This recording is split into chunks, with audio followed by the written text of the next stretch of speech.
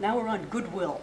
So Goodwill is a little bit different from some of the other intangible assets, like your patents and your copyrights and all of those. Those have the possibility of being bought and sold, where Goodwill is really associated with the company as a whole. And so unless one company is purchased by another company, you're not going to see Goodwill accounted for. So let's see how Goodwill works, and then we can see a little bit more about why that is. So if company A, keeping things simple here, buys company B for $30,000, this is what they get. They get the assets of company B, and they also take the liabilities of company B because the bills still have to be paid. And the first step when you buy a company is to adjust the assets and the liabilities to their current fair values. So the assets are on the books of company B at $30,000, but perhaps their fair value is now $40,000. So the net assets of company B would be the $40,000 fair value of the assets, less the liabilities, would give you $28,000 in net assets stated at their fair value. Okay, so if we go to, now you notice they've bought the company for $30,000, which is more than that. Okay, so let's see how the journal entry works on this. They've bought the, whoops, up there. They've bought the assets of company B for $40,000. They've got the liabilities they still have to pay. They paid the $30,000. The differential, the amount over and above the value of the fair value of their net assets, comes on company A's books as Goodwill. Okay, so sometimes you have to sit and think about that for a minute. So you can pause this and think about it, and then we'll go on. So Goodwill, here's sort of the definition. It's the amount over and above what one company is willing to pay for the fair value of the net assets of another company. All right, so why would someone want to do that? Why would one company do that?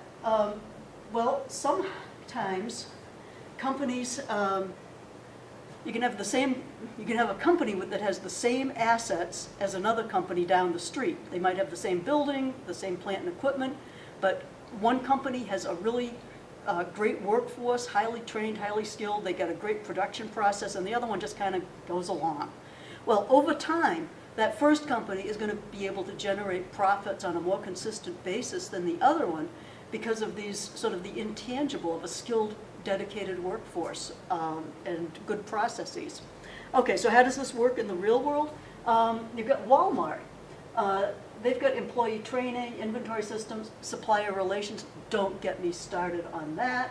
Supplier relations with Walmart, look that up on articles. What they do is they squeeze these poor people until the suppliers, until their margins are like nothing, because they can.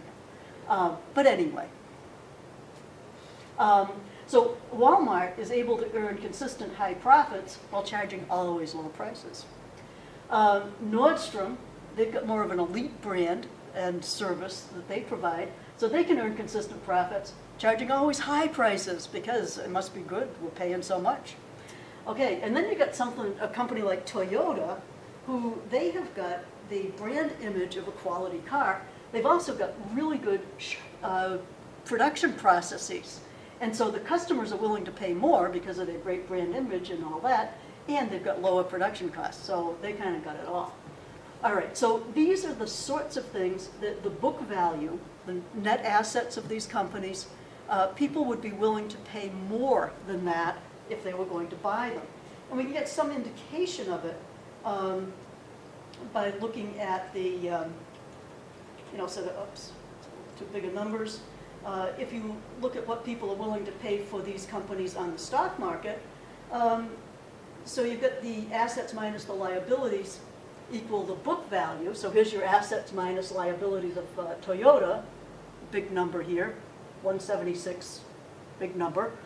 And then, whoops, you look at the market capitalization, and as I say, the what?